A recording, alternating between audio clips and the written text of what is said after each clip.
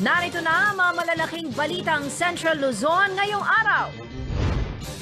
Exclusive, pagsalakay ng mga langaw. Problema ng ilang residente sa Santa Ana, Pampanga. Thunderstorm na nanalasa sa NLEX at iba pang bahagi ng Pampanga, may dalang maliliit na ipo-ipo ayon sa Pag-asa. Mga truck patungong Porac, Pampanga, hindi na muna pwedeng dumaan sa Friendship Highway. Voters registration para sa barangay at SK elections, ipagpapatuloy na ng COMELEC. At Pride Month, magarbong ipinagdiwang ng LGBTQIA+ community sa Tarlac. Kapitolyo, inilawan ng rainbow color bilang pakikiisa.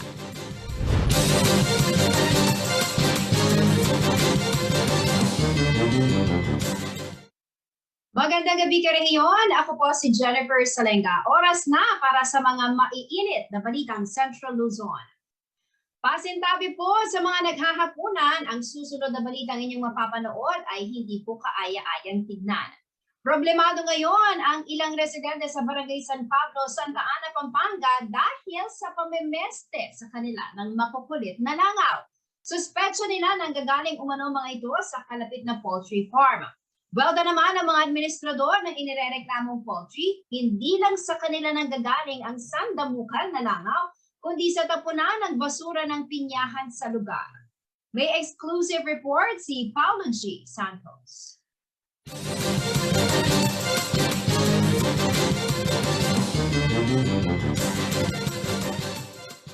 Sa payak na pamayanang ito sa bayan ng Santa Ana, Pampanga, hindi mo akalain na may nakakadiring sitwasyon ang ilang mga residente. Sa barangay kasi ng San Pablo, naglipa na ang sandamakmak na mga langaw.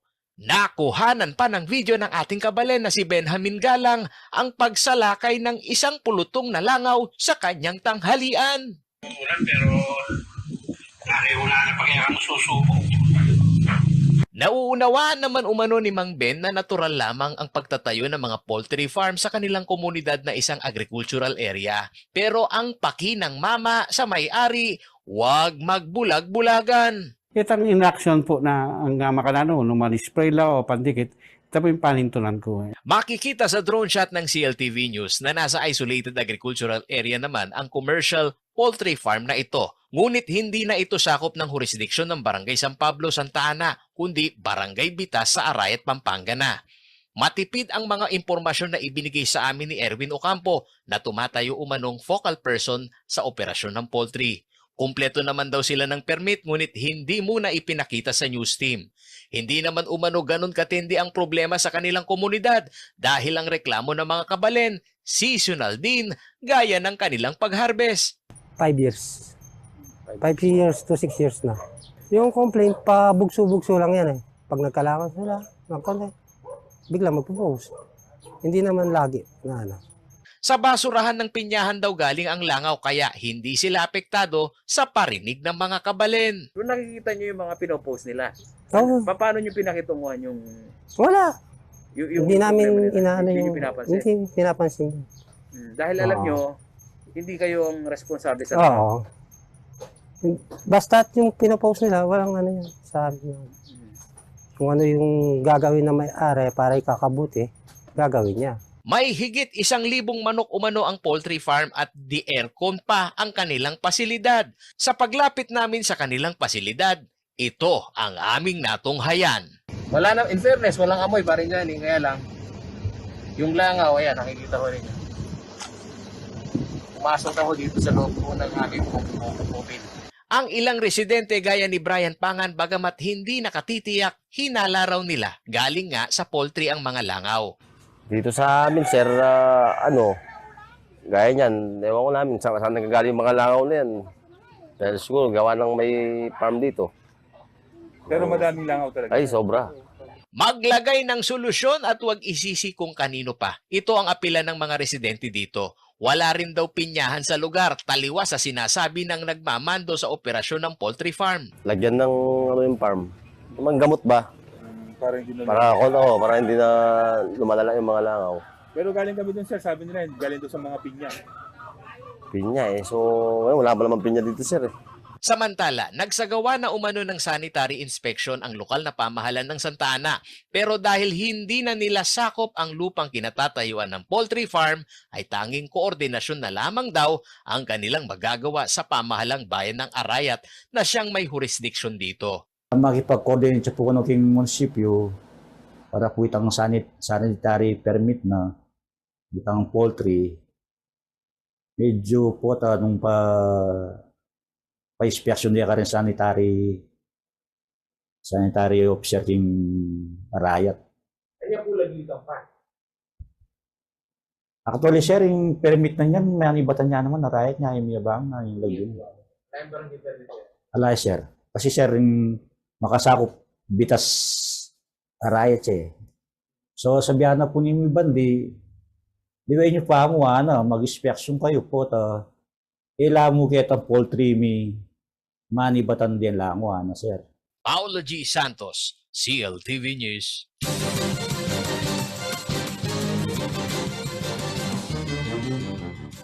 Abiso po para sa mga motorista, simula ngayong araw, June 23, hindi na maaring dumaan sa kaban ng PhilAm Friendship Circumferential Road ang mga truck na papuntang Porac, Pampanga. Ito'y bunsod po ng resumption ng construction work sa Kudkod Flyover sa Angeles City. Pinapayuhan ng mga truck na dumaan muna sa SCTEX bilang alternatibong ruta.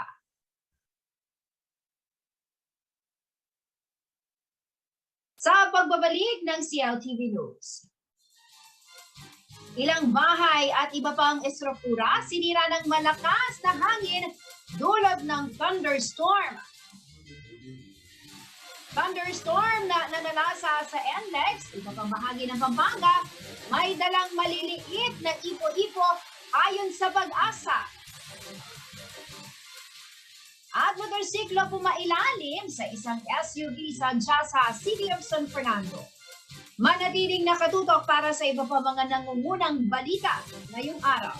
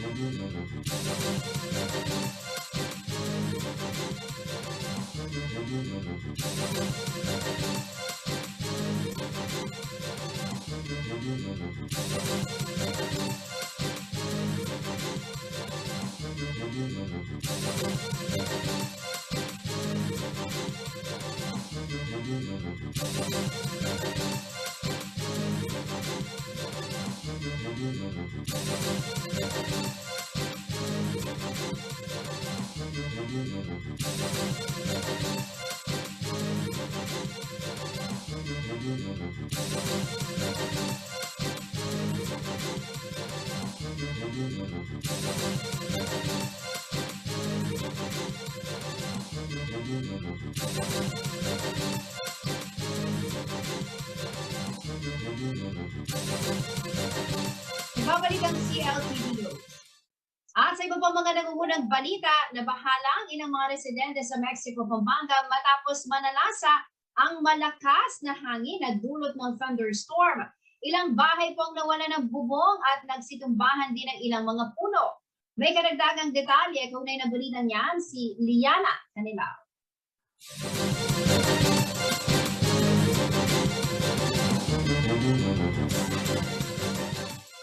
Kasabay ng paghagupit ng malakas na hangin na may kasamang ulan, bandang alas 6 ng gabi, Miyerkules, June 22, nagliparan ang bubong ng ilang kabahayan sa San Rafael, Mexico, Pampanga. Yung pong bigla na lang pong dumating yung hipo-hipo, tapos yung po lumipad yung mga aero. Hindi po hangin lang, tapos umaambon-ambon lang po. Kinabahan na po ako, sumakit po ang dibdib ko. Nagmistulang dinemolish ang ilan sa mga ito at naiwang basa ang mga gamit sa loob ng mga bahay. Nabuwal din ang ilang mga puno na nagdulot naman ng pagkasira ng mga bakod. Nung kung medyo madilim, lumabas po ako, yung angin po malakas. Pag nakita ko po yung mga yero, nagbagsakan, tsaka yung mga halaman. Matagal din po yan. Maging ang bubong ng covered court sa barangay, hindi nakaligtas sa malakas na hampas ng hangin kaya't ito'y nabuwal at nagkayupi-yupi. Ayon sa mga residente, hindi nila inaasahan ang bagsik ng dumaang hangin na dulot ng thunderstorm. Tila niyuyugyug umano ang kanilang bahay sa lakas nito. Sa katunayan sir, ako takang-taka rin sa nangyari kanina eh. Actually yung asawa ko, sinundo ko sa Beverly Golf dito. Pag-uwi namin dito, ayun, lakas.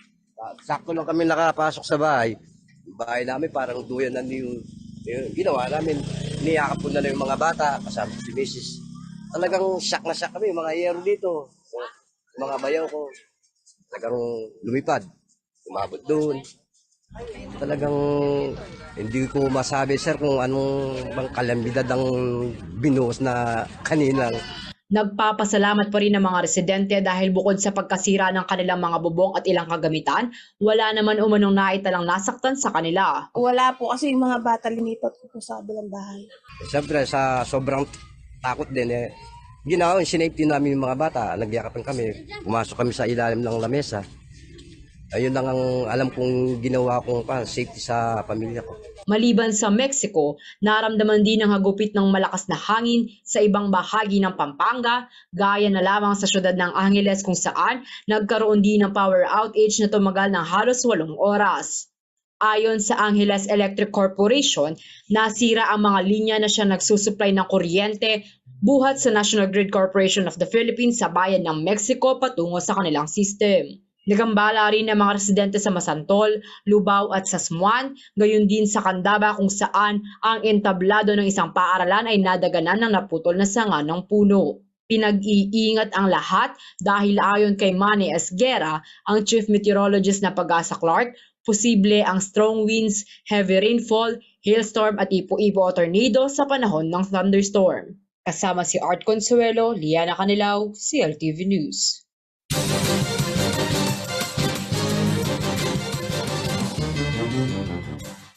Epekto raw ng climate change ang malalakas na thunderstorm gaya na lamang ng nanalasa sa ilang bahagi ng Pampanga at Metro Manila nitong Miyerkules. Ayon po sa Pag-asa, may dala itong maliliit na ipo-ipo na siyang naging dahilan ng pagkakabuwal ng mga puno sa kaba ng North Luzon Expressway. May detalye ng balitang yan si Paulo G. Santos.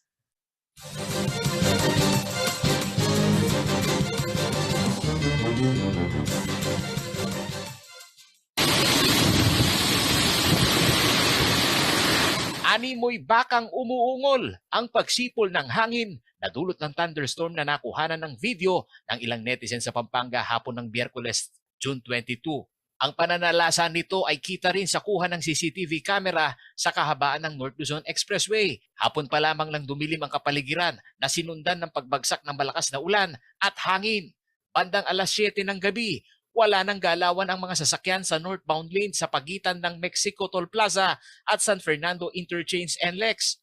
Ang dahilan ng bumper-to-bumper na traffic, ang pagkakabuwal ng puno sa expressway. Ang unang may bumagsak po na puno is somewhere after dito Santa Rita exit. So nag-cause po ng congestion and then na-clear din naman po within an hour or a bit over an hour yata. Ang sumunod po, mga between 6:30 to 7 po yung sa may kilometer 70, that's somewhere in Mexico, Pampanga na po 8 sasakyan ang kumpirmadong nabagsakan ng puno, ayon kay Robin Ignacio, traffic manager ng NLEX. Ang reported po sa amin, 8 po yung confirm na na-report po na na-capture po mula kahapon. And what's fortunate din, kahit hindi nga po maganda, tinamaan po sila ng puno. Wala naman po nasaktan dun sa mga natamaan. Ayon sa pamunuan ng NLEX, summer season pa nang mag-apply sila ng permit sa Department of Environment and Natural Resources o DNR para sa trimming ng mga puno, pero nitong nakaraang 2 linggo pa lamang umano ito na ibaba sa kanilang tanggapan. We are acquiring yung permit from DNR. So this time, itutuloy po yun, continuous lang po yun kasi we had actually 1-month permit if I'm not mistaken yung nakuha. So itutuloy po namin, 1-month permit nakuha pa 2 weeks ago So tutuloy po namin yung mga trimming and then look at these areas na kung saan may mga nagpagsaka na kung kailangan medyo mas malaki talaga, mas marami yung pupupulin para hindi na po mabigat yung puno at hindi babagsak. Samantala, ayon sa Weather Bureau, malawak ang pumasok na thunderstorm na sinabayan pa ng low pressure area. Yung thunderstorm, malawak. Malawak po kasi po ay ito po ay napaloob doon sa low pressure area na namataan po dyan sa may silangang bahagi ng Samar. At kanina nga pong umaga, namataan na lamang siya sa layong 55 kilometers dyan sa hilaga ng Borongan City. So ito po ay naapektuhan hanggang Northern Luzon. Ayon kay Manny Esguera, senior meteorologist ng Pag-asa Clark, kabilang sa dala ng thunderstorm ang malakas na boltahe ng kidlat, mala super typhoon na pagbugso ng hangin, hailstorm o pag-ulan ng yelo, at ang ipo-ipo. Nadaanan ko po kanina sa may NLEX Mexico area na traffic po dahil may clearing operation at napakarami pong puno, yung mga nabalian ng sanga, merong nabuwal. So yun po, tsaka mahaba po yung area. So yun po ay isang indikasyon na posibleng nagkaroon ng ipo-ipo, although doon lamang po siya nag-concentrate sa mga puno doon sa may Mexico area. 27 millimeters ang tubig ulan na dala ng thunderstorm nitong Miyerkules. Sakaling tumagal pa umano ito, flash flood naman ang maaaring tumama sa mga mabababang lugar sa rehiyon. Ayon kay Esguera, ito ay ang epekto ng climate change. Papansin po ninyo, halos palakas po ng palakas. Ibig sabihin, palaging extreme yung nararamdaman natin. Kumbaga po sa klima o sa temperature, nakakaramdam na po tayo ng mataas na temperatura. Sa malamig naman po ay nakakaramdam din tayo ng medyo malamig na temperatura kapag kakataglamig tayo. At dito naman po sa pagkakaroon ng thunderstorm o mga pagulan ay kahapon po yung ating forecast dyan sa Manila is heavy to torrential rains, which is nangyari po at nakita naman po natin doon sa video na ipalabas po na nakuha dyan sa may harapan o sa may malapit sa SM San Lazaro ay talaga naman po napakalakas ng hangin at saka ng ulan. Hourly update ang forecast ng galaw ng thunderstorm at mabilis itong namumuo ngayong tag-ulan. Babala ng Pag-asa DOST, huwag itong imenos dahil kung minsan mas malakas pa ito sa ordinaryong bagyo na oras lamang ang pamumuo at mabilis na dumadaan sa kada kalupaan. Expect na po natin, kung magpe-prepare po tayo, ay expect na po natin yung mga ganitong extreme event, no? So, para at makapaghanda rin po yung ating mga kababayan na sa ganitong pagkakataon na inabutan sila ay maghanap po sila ng safe area, no? Paolo G. Santos, CLTV News.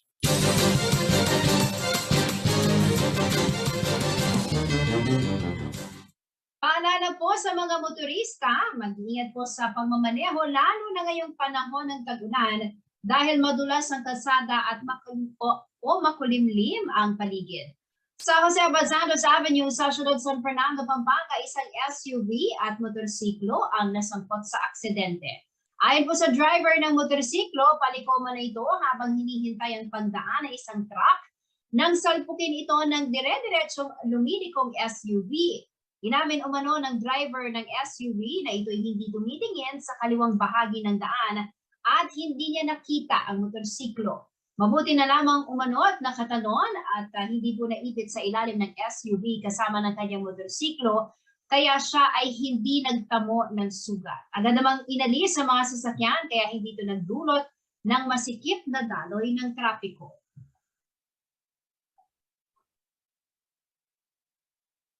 Sa pagbabalik ng CLTV News. Tax incentive para sa sektor ng agrikultura, panawagan ng isang mambabata sa Administrasyong Marcos Jr. Ang Korte Suprema ipauubaya na sa DOJ ang pagkuha ng testimonya kay Mary J. Veloso. Youth Profiling Project inilunsad sa Bataan. Manatili nakatutok at magpabalik ng CLTV News.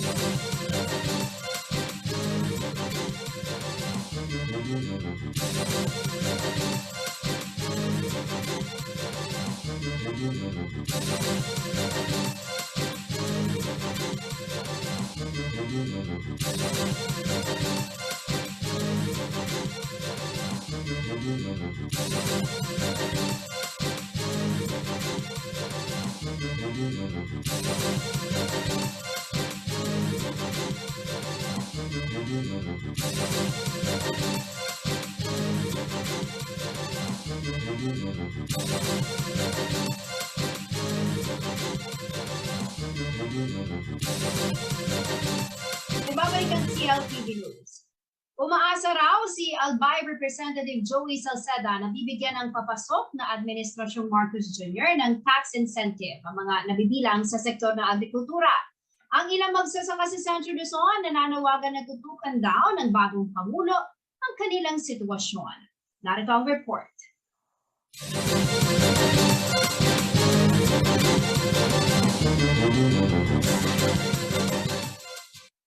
Kita ang epekto ng walang humpay na pagtaas ng presyo sa agricultural input sa Barangay Kamuning, Mexico, Pampanga.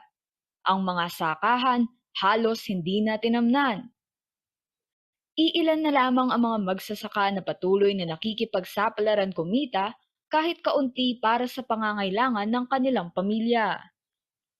Ayon sa magsasakang si Paulo Manaloto, ang dahilan ng limitadong pagtatanim ng magsasaka sa kanilang lugar ay ang mataas na presyo ng diesel at iba pang production input.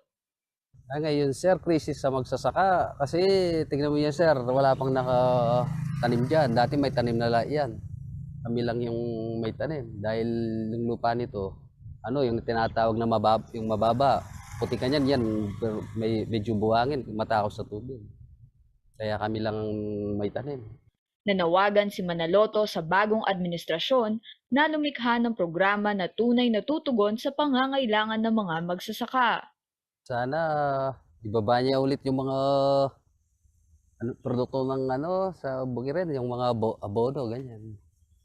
Yung mga gamot, basta gamit pang bukid. Sobrang bilis ng pagtaas eh. Dati magkano lang yung abono ganyan, yung single, tsaka yung tinatawag na yung double na swear.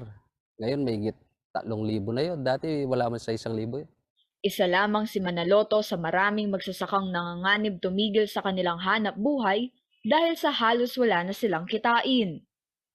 Kaya naman hinikayat ni Albay Representative Joey Salceda ang paparating na Marcos Jr. administration na madaliin ang pagbibigay ng tax perks para sa agricultural subsectors sa ilalim ng Strategic Investment Promotion Plan o SIPP na siya raw magiging pangunahing instrumento sa industrial planning ng bansa. Ayon kay Salceda, agrikultura ang nangungunang sektor na kailangan para sa economic recovery ng bansa na sakop ng Republic Act No. 11534 o ang Corporate Recovery and Tax Incentives for Enterprises o CREATE Act. Binigyang punto ng House Ways and Means Committee Chair na siyang may akda at sponsor ng CREATE Act na siya ay nakikipagtulungan sa Department of Trade and Industry o DTI at Department of Agriculture upang maisama ang agricultural subsectors sa SIPP. Ang SIPP ay listahan ng mga industriyang karapat-dapat mabigyan ng tax perks sa ilalim ng CREATE Act na pinirmahan ni Pangulong Rodrigo Duterte bilang batas Marso nitong nakaraang taon. Kinokonsidera itong pinakamalaking fiscal stimulus para sa mga negosyo sa bansa. Gayunman na kumpleto lamang ng DTI ang transitional version ng SIPP noong Mayo, ngunit ang comprehensive version ng plano ay hindi pa nakukumpleto. Kaya naman hinihikayat ni Salceda si incoming Trade Secretary Alfredo Pascual na tapusin ang pagbalangkas sa comprehensive version ng SIPP upang makatulong na buhayin ang sektor ng agrikultura, mapataas ang produksyon, at makatulong maibaba ang consumer prices. Ipinaliwanag din ni Salceda na sa pamamagitan ng pagbibigay ng insentibo sa buwis sa mga key agriculture sector, mapapababa ang production cost at maeengganyo sa farm modernization. Magreresulta rin daw ito ng pagbaba sa presyo ng mga bilihin at pagpapalakas ng domestic food supply. Samantala, una nang sinabi ni President-elect Ferdinand Marcos Jr. na siya muna ang upong kalihim ng Department of Agriculture simula tanghali ng June 30. Sinabi ni Marcos na nais niyang bigyang pansin at paghandaan ng kanyang administrasyon ang tumataas na presyo sa pagkain bilang resulta ng outside forces na nakakaapekto sa food supply. Nais daw niyang pataasin ang food production sa Pilipinas at ang restructure ng Agriculture Department. As to agriculture, I think that the problem is severe enough that I have decided to take on the portfolio of Secretary of Agriculture, at least for now. And at least until we can reorganize the Department of Agriculture in the way that it will make it ready for the next years to come. Kasama si Jennifer Salenga, ako si Arlene Salonga, CLTV News.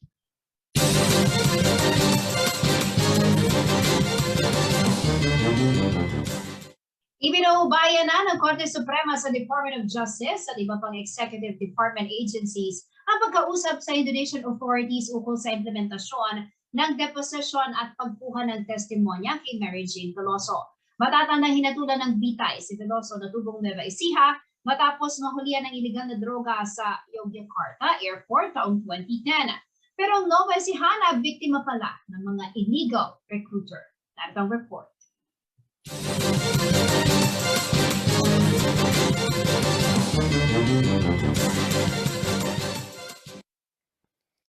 Hindi inaksyonan ng Korte Suprema ang inihaing misyon ng Office of the Solicitor General kaugnay sa pagkuha ng deposition kay Mary Jane Veloso, isang Pinay na nasa death row sa Indonesia. Sa 8 pahinang desisyon ng Supreme Court Third Division, sinasabi na ipinauubayan nito sa Department of Justice at iba pang executive department agencies ang pagkausap sa Indonesian authorities ukol sa teknikalidad ng implementasyon ng deposition. Ang deposition ay ang pagkuha ng testimonya sa isang witness na kinikilala ng korte. Ayon pa sa Korte Suprema, Nasa prerogative na ehekutibo ang paghawak sa mga bagay ukol sa foreign relations negotiations. Hindi na raw kailangan na kuhanin ng Executive Department ang pahintulot ng hudikatura ukol sa pagtanggap, pagkontra at pagrebisa sa mga kondisyon na inilatag ng Indonesia sa pagkuha ng testimonya ni Veloso. Naghain ng mosyon sa kataas-taasang hukuman ng Office of the Solicitor General matapos na magkaroon ng conflict sa guidelines na inisyu ng korte ukol sa kondisyon ng Indonesia para sa deposition. Hinatulan si Veloso ng firing squad sa Indonesia dahil sa 2.6 kilograms ng heroin na natagpuan sa kanyang bagahe sa Yogyakarta Airport noong 2010. Ayon kay Veloso na tubong Nueva Ecija, niloko sila ng kanyang recruiter sa pag-smuggle na illegal na droga sa Indonesia. Naudot ang execution sa kanya noong 2015 matapos sumuko sa mga otoridad ang kanya umanong recruiter na si Maria Cristina Serio at Julius Lacanilao. Panahon naman ni dating Pangulong Benigno Aquino III nang imungkahi sa Jakarta na gawing witness si Veloso. Na-convict naman sina Serio at Lacanilao dahil sa large-scale illegal recruitment sa kasong kinasasangkutan ng 3 pang babae na kanilang nabiktima nitong Enero 2020. Angelica Cara, CLTV News.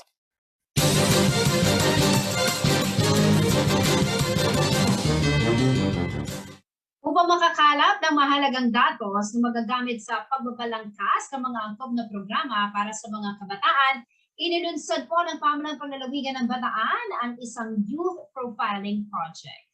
Ito ay pangunahan ng Youth Development Office. Sa tulong ng programa, mas matututukan daw ang mga proyektong pangkalusugan, edukasyon at pangkabuhayan na makatutulong sa pag-unlad ng ekonomiya alinsunod sa RA 10742 o ang SK Reform Act of 2015. Kaugnay nito ay naanyayahan ng Pamahalaan Panlalawigan ang mga kabataan na edad 15 hanggang 30 na makiisa sa mga kawani na mga ngalap na mga datos simula po Hulyo hanggang Nobyembre ngayong taon.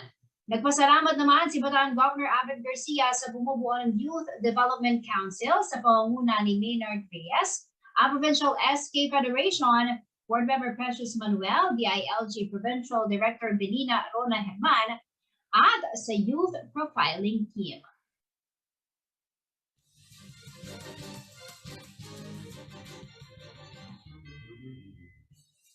Sa pagbabalik ng CLTV News. Voters registration para sa barangay at SK elections, ipagpapatuloy na ng COMELEC. Pride Month, magagawang ibinagdiwang ng LGBTQIA+ community sa Tarlac. Kapitolyo ng Tarlac, inilawan ng rainbow color bilang pakikiisa sa Pride Month. Manatili nakatutok at magbabalik ang CLTV News.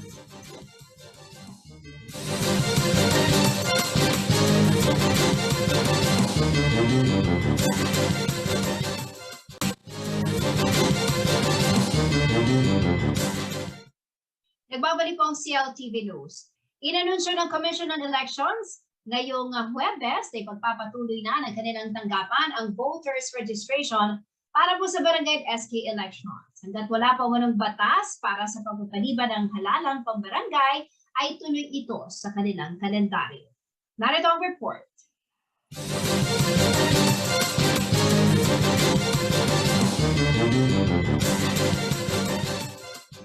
Itinakda na ng Commission on Elections ang pagpapatuloy ng voters registration para sa barangay at SK election na gaganapin sa December 5 ng taong kasalukuyan.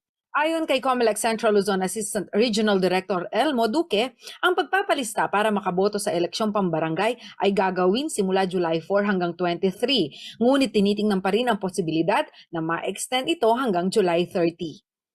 Batay sa Republic Act 8189 o ang Continuing Voters Registration Law, ang pagpapalista ng mga botante ay dapat may palugit ng 120 days bago ang eleksyon. Ibig sabihin, 4 na buwan bago ang halalan ay dapat maipublish na ang mga pangalan ng mga voters registration applicants at maisailalim sa database verification. Kailangan na ring maaproba ang mga project precinct at cluster hanggang August 6. Ang mga magpaparehistro bilang regular registrants ay ang mga nasa edad 18 years old pataas, habang 15 to 17 years old naman ang kwalipikadong magpatala para makaboto ng sangguniang kabataan officials. Isa sa mga planong isulong sa 19th Congress ang pagpapaliban ng eleksyong pambarangay ngayong taon. Ngunit ayon sa COMELEC, sa kanilang kalendaryo ay tuloy ito hanggat walang batas na pirmado ng Pangulo na nagsasabing postpone muna ang halalan. Jana Lumbang Parungaw, CLTV News.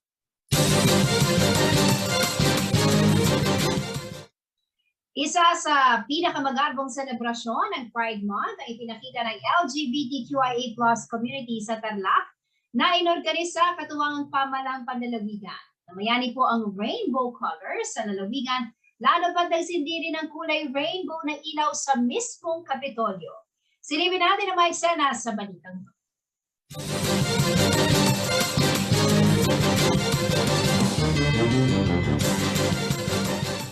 Happy Pride Month sa inyong lahat! Nakakatuwa dahil Province of Tarlac ay nagse-celebrate ng LGBT Pride Day ngayong araw na to. Hindi nagpakabog ang mga Tarlakenyo na miyembro ng LGBTQIA+ community sa pagdiriwang ng Pride Month ngayong Hunyo. Isang Pride Fair ang isinagawa sa Central Mercato Romulo Boulevard sa Tarlac City, kung saan ang buong lugar ay nagmistulang pugad ng bahaghari na malayang na ipahayag ng mga LGBTQIA+ ang kanilang gender preference. Advice ko lang sa ating mga partang LGBT, huwag po tayong papayag ng tinatapak-tapakan. Huwag tayong pumapayag ng inaabuso. At huwag po tayong papayag ng sinasaktan. Katuwang ang pamahalaang panlalawigan sa pag-organisa ng aktibidad na ginawang magarbo at hitik sa aktibidad. Buong tapang na lumabas sa mga LGBTQIA+ sa kalsada upang makisaya, ihayag ang kanilang katauhan at ipakita ang kasuotang nagpapakilala sa kanilang kasariang tinitindigan at iwagayway ang bahagharing bandila. Nagbigay pa ng higit na kulay sa pagdiriwang ang pagrampa ng mga LGBTQIA+ sa kanilang creative costumes.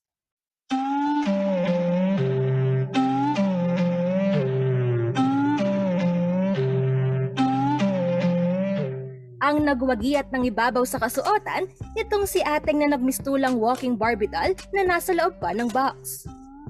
Maliban sa street fun, mayroon ding mga booths sa paligid para sa face painting, photo booth at HIV awareness screening. Bukas ang aktibidad para sa lahat, hindi lamang sa mga LGBTQIA+ members. Bilang pagpapakita ng pagkilala at pagyakap ng pamahalaang panlalawigan sa LGBTQIA+ community, simula June 15 ay inilawan ng Kapitolyo ng kulay rainbow. Angelica Cara, CLTV News.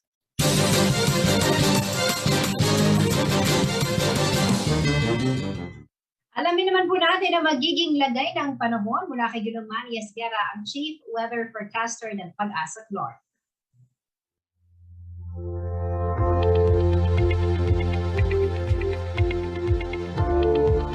Narito po magiging taya ng panahon sa susunod na 24 oras. Ang low pressure area po na namataan dyan po sa may silangan ng Eastern Samar ay namataan na po sa layong 55 kilometers dyan po sa may hilaga ng Borongan City, Eastern Samar. Kaya po ang Metro Manila, ang Mountain Province, Benguet, Cagayan, La Union, Nueva Vizcaya, Quirino, Isabela, Samar, Eastern Samar, Northern Samar, kasama po ang Central Luzon, Calabarzon at Bicol Region ay magiging maulap po ang papawiri na may inaasahang mga kalat-kalat ng mga pag-ulan, pagkidlat at pagkulog dulot po ng low pressure area o LPA. Samantala po ang natitirang bahagi ng bansa ay magiging bahagya hanggang sa kuminsan ay magiging maulap din po ang papawirin. Meron din po tayong inaasahang mga pulo-pulong mga pag-ulan, pagkidlat at pagkulog dulot po ng easterlies at ng localized thunderstorm. Pinag-iingat po ang lahat, lalong-lalo na po sa bandang hapon o gabi kung saan nagkakaroon po ng mga thunderstorm at ito po ay posible tayong maapektuhan nito o mapinsala kung tayo po ay aabutan nito sa daan. Kaya manatili na lamang po sa isang ligtas na lugar kung sakali pong abutan kayo ng thunderstorm dahil ito po ay nagtatagay ng malakas na hangin, malakas na ulan. Kung minsan po ay may pag-ulan ng yelo o hailstorm at kung minsan naman po ay may kasamang ipo-ipo o tornado. So pinag-iingat po ang lahat dahil kamukha po na nangyari kahapon ay nagkaroon naman po tayo ng thunderstorm advisory dahil nagkaroon po ng mga malalakas na mga hangin kahapon at lalo at pagulan na kinasira po ng maraming puno at mga ari-arian.